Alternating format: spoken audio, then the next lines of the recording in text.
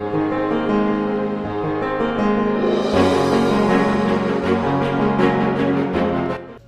पीछे पीछे बोलो सब जन। हम सब परमेश्वर के बेटे और बेटियां हैं। और परमेश्वर किसी को बड़ा, किसी को छोटा, किसी को अमीर, किसी को गरीब देखकर चुनता नहीं है। परमेश्वर बस परमेश्वर ने आपको अपनी बेटी बनाया, इसके लिए धन्यवाद करो। अपना बेटा बनाया, इसके लिए धन्यवाद करो। परमेश्वर की हजूरी में किसी का भी पक्षपात नहीं होता। आप सब एक समान, एक समान। कोई ज्यादा स्पेशल नहीं है, कोई ज्यादा कम नहीं है।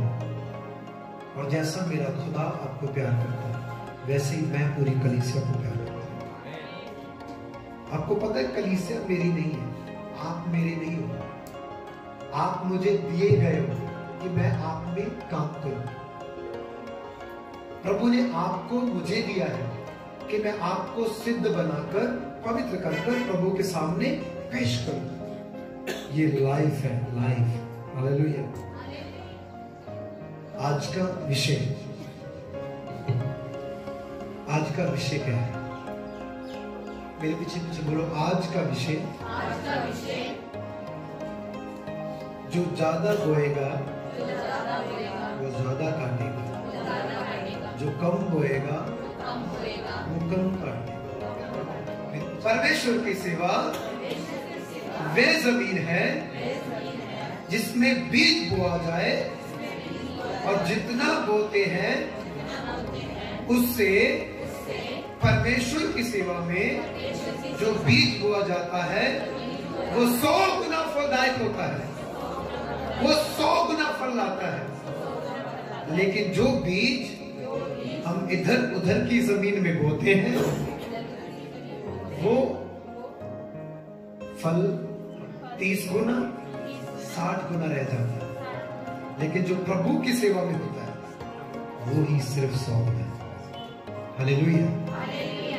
बस इन बातों को समझना मैं आज बड़े प्यार से समझा, क्योंकि आज आपको सिखाना पड़ेगा। मैं नहीं चाहता ये चर्च हमेशा गरीब रहे, मैं नहीं चाहता। मैं चाहता हूं साइकिल पे आने जाने वाला व्यक्ति भी, मेरे पीछे पीछे बोलो, साइकिल पे आने वाला व्यक्ति भी कभी ये ना कहे आज मेरे पास, आज मेरे घर में कुछ नहीं है। ये सिखाना चाहता हूं। पैदल चल के काम करने वाला भी जो इस चर्च में आता है, उसको ये मैं बताना चाहता हूं, वो जब भी चर्च में आएगा वो खाली आएगा नहीं, खाली जाएगा भी नहीं। हालेलुया।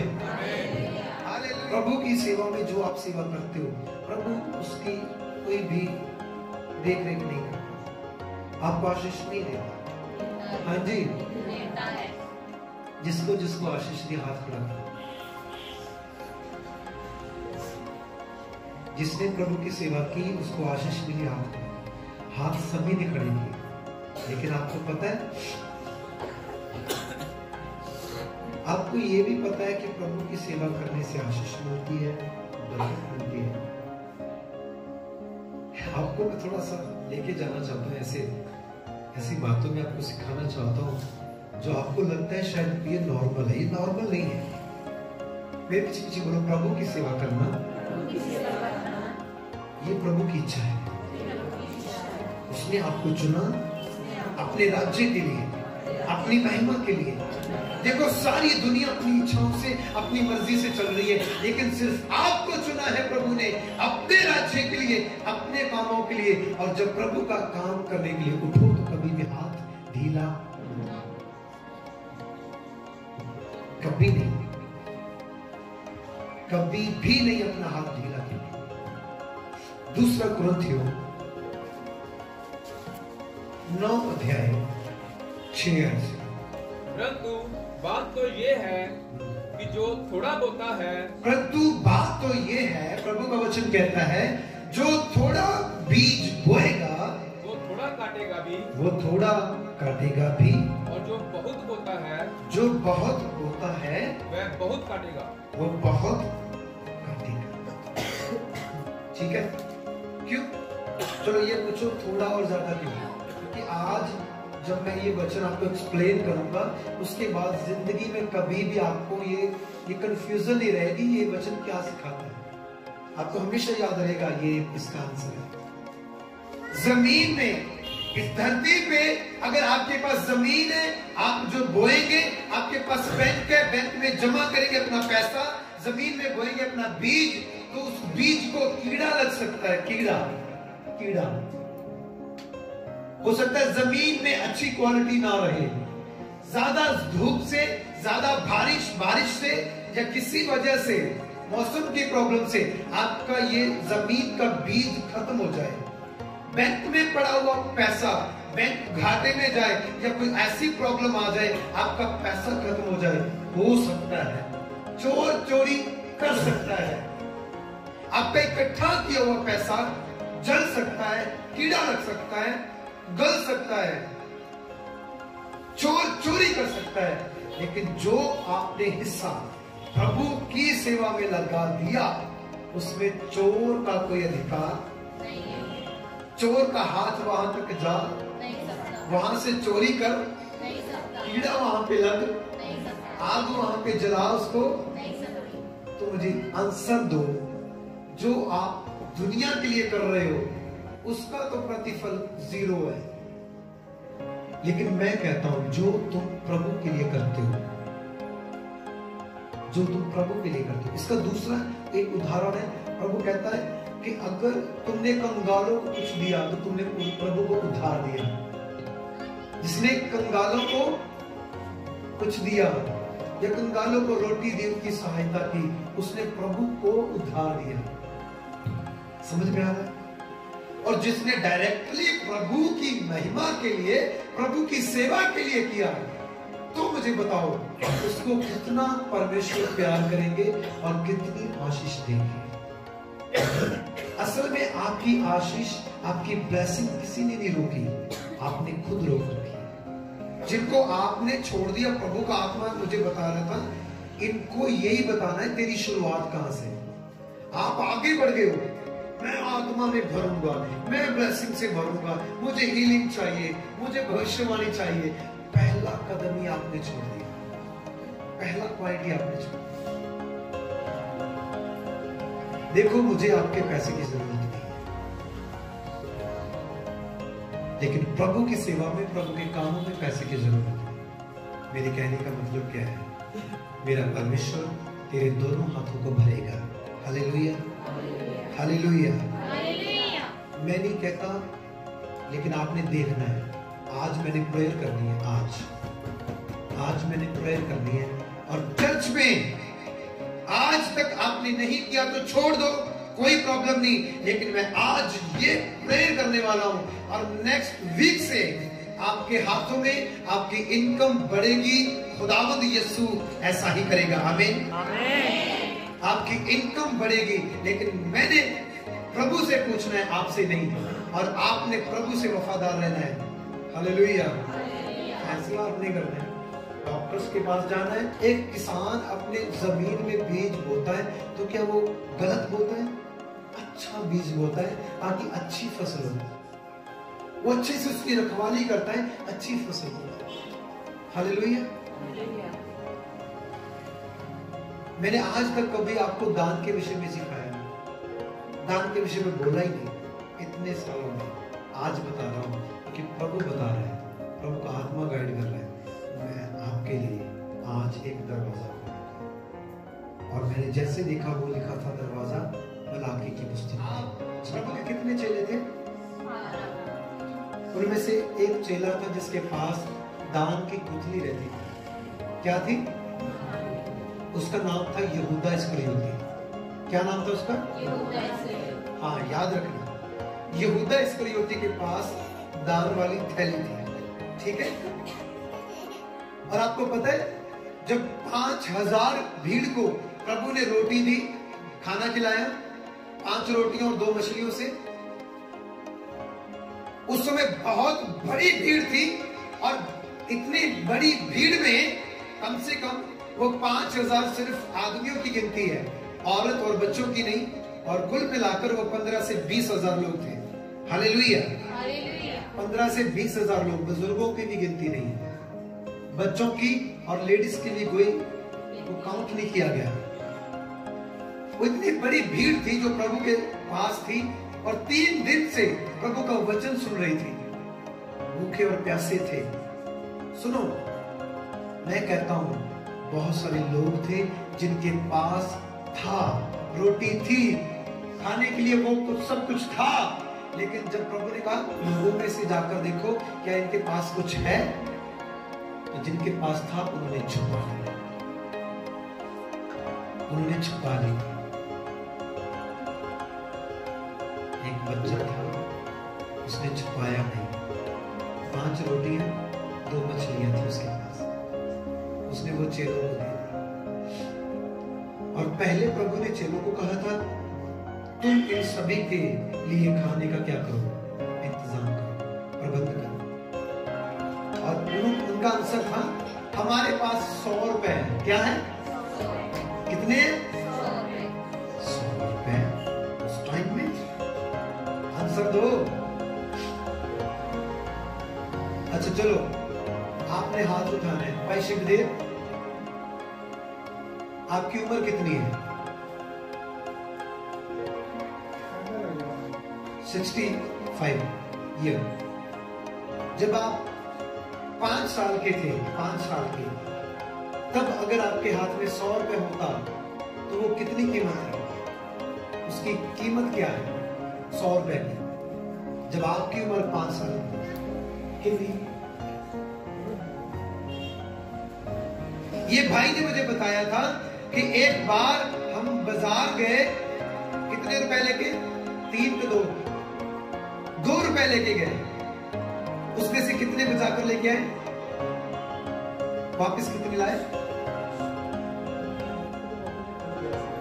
1 रुपए खर्च के आए और 1 रुपए वापस लेके आए। ठीक है, 2 रुपए थे इनके पास जब ये छोटे थे। 2 रुपए में से 1 रुपए खर्चा और 1 रुपए वापस लेके। यीशु के टाइम में यीशु के पास 100 रुपीज है, 100 दिनार। कितने? 100 दिनार। 1 दिनार आज भी उसकी कीमत 200 रुपए के बराबर है इंडियन रुपीज की। 1 दिनार यहां का 200 रुपए। हाँ जी, उस टाइम में प्रभु के पास कितने पैसे हैं? 100 रुपए। कहां से आए? यीशु के पास, यीशु के चेलों के पास 100 रुपए उस टाइम में कहां से आया? वो आप जैसे लोग थे जिन्होंने प्रभु के राज्य के लिए दिया। हालेलुया। उन्होंने कहा प्रभु 100 रुपए की रोटियां भी लाए तब भी इनको पूरी नहीं आएगी, सभी नहीं खा सकते। तब खुदा ने कहा क्या है तुम्हारे पास? उन्होंने कहा 5 रोटियां 2 मछलियां। प्रभु ने कहा मेरे पास ला। मैं कहता हूं वो दमड़ी को तकसीम कर सकता है। वो 2 दमड़ियां देने वाली विधवा औरत को कह रहा है धन्य है ये औरत क्योंकि इसके पास थी ही 2। हालेलुया। प्रभु ने कितना ब्लेस किया उस लड़के को जिसके पास 5 रोटियां 2 मछलियां थी। उसने प्रभु की सेवा के लिए दे दी और जैसे ही वो प्रभु के हाथों में गई वो हजारों में तकसीम हो गई। हालेलुया। वो टोकरी प्रभु ने शुक्र करके नीचे रखी और चेलों को कहा इसमें से उठाते जाओ। चेले उस टोकरी में से ले रहे हैं, उस टोकरी में से खत्म नहीं हो पा रहे और टोकरियां भरते जा रहे हैं। 12 टोकरियां थी कुल, टोटल जो 12 टोकरियां 12 चेलों ने उठाई थी और 12 टोकरियां भरकर वो बांट रहे थे और वो 12 की 12 टोकरियां खत्म नहीं हुई। पूरी भीड़ ने रोटी खाई और तृप्त हो गए। हालेलुया। मेरा परमेश्वर 5 रोटियां 2 मछलियों को तकसीम कर सकता है, वो मेरा जिंदा खुदा आज तुम्हें ब्लेस करने की ताकत रखता है। देखो, अगर हल्के में ले रहे हो प्रभु, तुम खाली ही रहोगे सारी जिंदगी। अगर तुम सीरियस हो प्रभु के साथ, सीरियसली अगर तुम प्रभु के साथ सीरियस हो जाओ, मुझे प्रभु वो अनॉइंटिंग चाहिए, मुझे वो ब्लेसिंग चाहिए, मुझे वो मसा चाहिए कि मैं हाथ लगाऊं एक को, वो 1000 में तकसीम हो जाए। मेरे पास 2 ही दबड़ियां हो प्रभु, लेकिन जैसे मैं तेरे राज्य में वो मैंने कहा था ना वहां पे करतारपुर में, जो आंसुओं के साथ बोलेंगे, वो जय जयकार के साथ हरियां उठाएंगे, दोनों हाथों से उठाएंगे। एक मां अपने बच्चे को एक ही दिन दूध नहीं देती, वो तब तक उसे दूध देती है जब तक वो खुद कुछ खाने के लायक ना हो जाए। और प्रभु ये इंतजाम करने वाला तो प्रभु। ओके, अगर किसी जमीन में हम बीज बोते हैं, किसी जमीन में बीज बोते हैं और वो अच्छा बीज, अच्छा फसल, अच्छी जमीन है, तो आप बड़े खुश हो। लेकिन अगर आपने बीज बो दिया, उस जमीन में से फसल अच्छी नहीं हुई, तो नेक्स्ट टाइम आप अपना बीज नहीं बो सकते। क्यों? क्योंकि आपको फल प्राप्त नहीं हुआ। क्या नहीं प्राप्त हुआ? फल प्राप्त नहीं हुआ। ओके, और उस जमीन को क्या कहेंगे? अच्छी जमीन या बंजर जमीन? हाँ जी, अपनी जमीन को ठीक कर लो।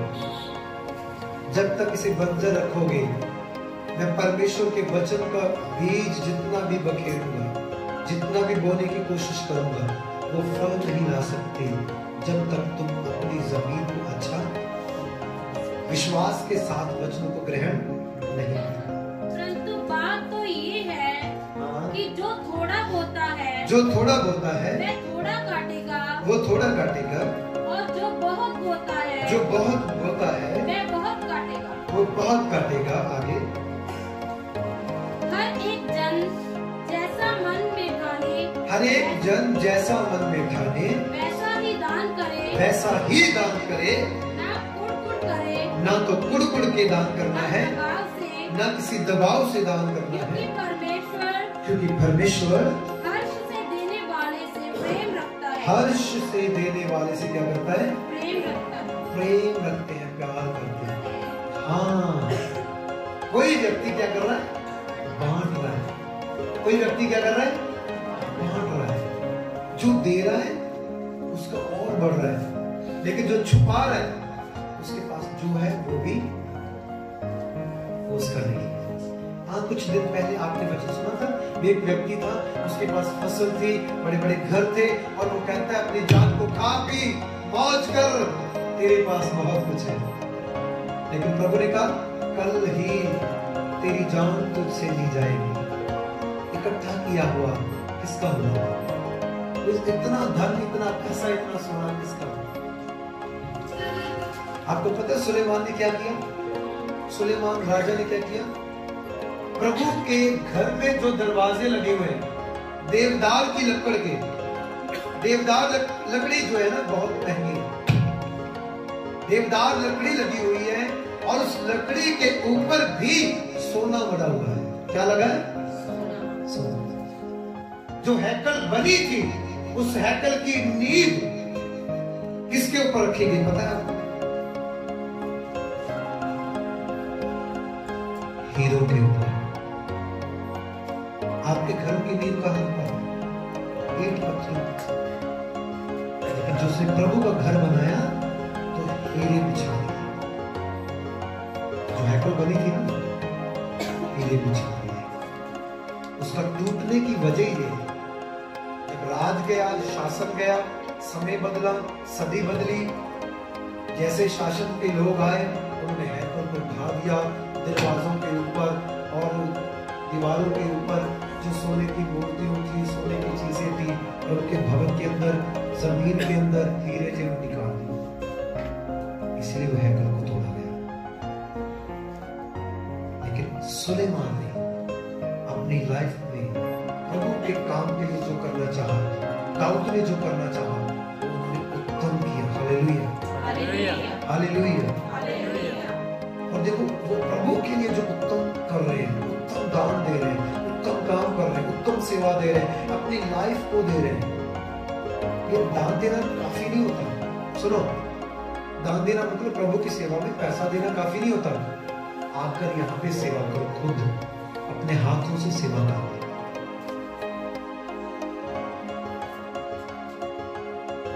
जब तुम यहाँ पे रहोगे, प्रभु की आंखें निरंतर तुम पर लगी रहेंगी।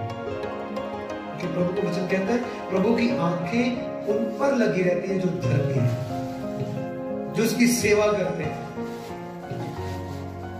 मूसा प्रभु के भवन में से उठकर चला जाता था, लेकिन यहोशुआ प्रभु की हजूरी को छोड़ता नहीं। प्रभु की आंखें यहोशुआ पर लग गई, और जैसे मूसा की ड्यूटी कम करने के लिए प्रभु ने फैसला किया, तो प्रभु ने कहा नून के पुत्र यहोशुआ के ऊपर हाथ रख दे, क्योंकि वो इस लायक है। मैं तो खुद प्रभु की सेवा के लिए हूं, और मेरी आखिरी सांस, आखिरी जीवन का पल भी प्रभु की सेवा के लिए होगा।